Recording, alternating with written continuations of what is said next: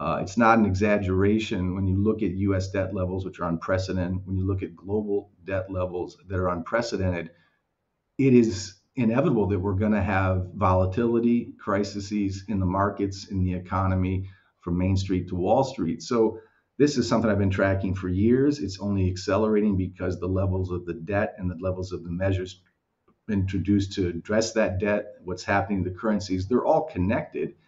And the measures now since Trump are just getting more accelerated, but the debt problems are still there. And so, again, every market crisis is a liquidity crisis, and every liquidity crisis is a derivative of a debt crisis. And so, when you have the US at unprecedented debt levels and the world at unprecedented historical debt levels, we're just a bug looking for a windshield. And that red debt balloon is surrounded by so many needles. In 2019, we saw a market crisis or a repo crisis, which was just a liquidity crisis. Too big to fail banks didn't trust each other's collateral. Repo markets dried up. Fed came in, mouse clicked some dollars, threw some liquidity at a liquidity crisis. 2020, we had the COVID crisis. Stocks and bonds fell together. S&P down 36%. Unlimited QE followed. So you had a liquidity crisis followed by more liquidity, artificial liquidity.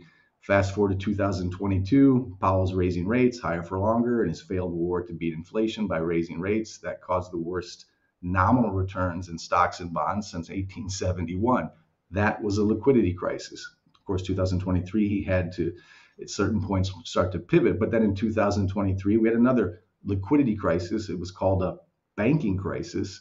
But really, that was SVB and First Republic and all the bank failures in 2023.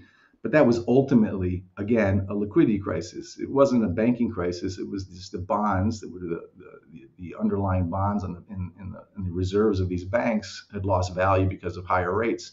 So that too was a liquidity crisis. And you fast forward to today, or the markets we've seen in the last week, and the extreme swings and the VIX at 52 and intraday trade moves of greater than 10% up or down.